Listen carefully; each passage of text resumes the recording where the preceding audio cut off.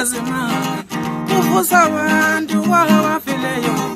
uvusa abantu wabafileyo siyambongela wemfundisi wezimali siyambongela wemfundisi wezimali nangokumfundisi wayekhohlakele ebandleni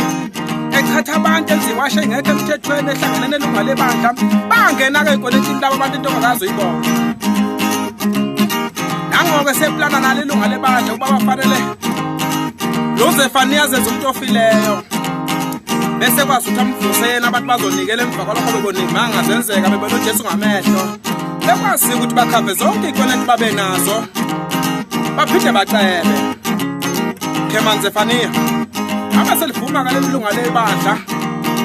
nangampela laba ngofileyo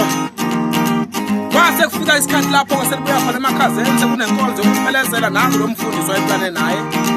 Khemani Zefaniya yifa mani nangoke sonke lebhokisini lakhe wakhuza kabili wathi fire in the name of Jesus wamphulaza wamfata phansi wathi Khemani Zefaniya wake up wavuka uZefaniya sekhamisa umlomo wengebenke wakhomba ukuthi sengathi ulambile iphuphu lenyoni nangoke sevuka ebuza ukuthi bahlala ngapha bangakadli la ekhaya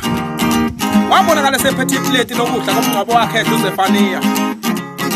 wakhuzwa ku-amen-ke namaqele wakuhlangene nawo umhlaba wangayibona kahle le ndaba wayibuka ngelengiso wabe segada umnikelo lo uthi ungena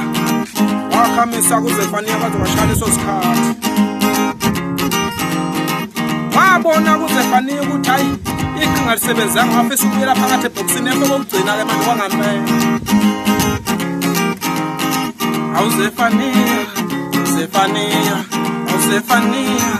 Zefaniya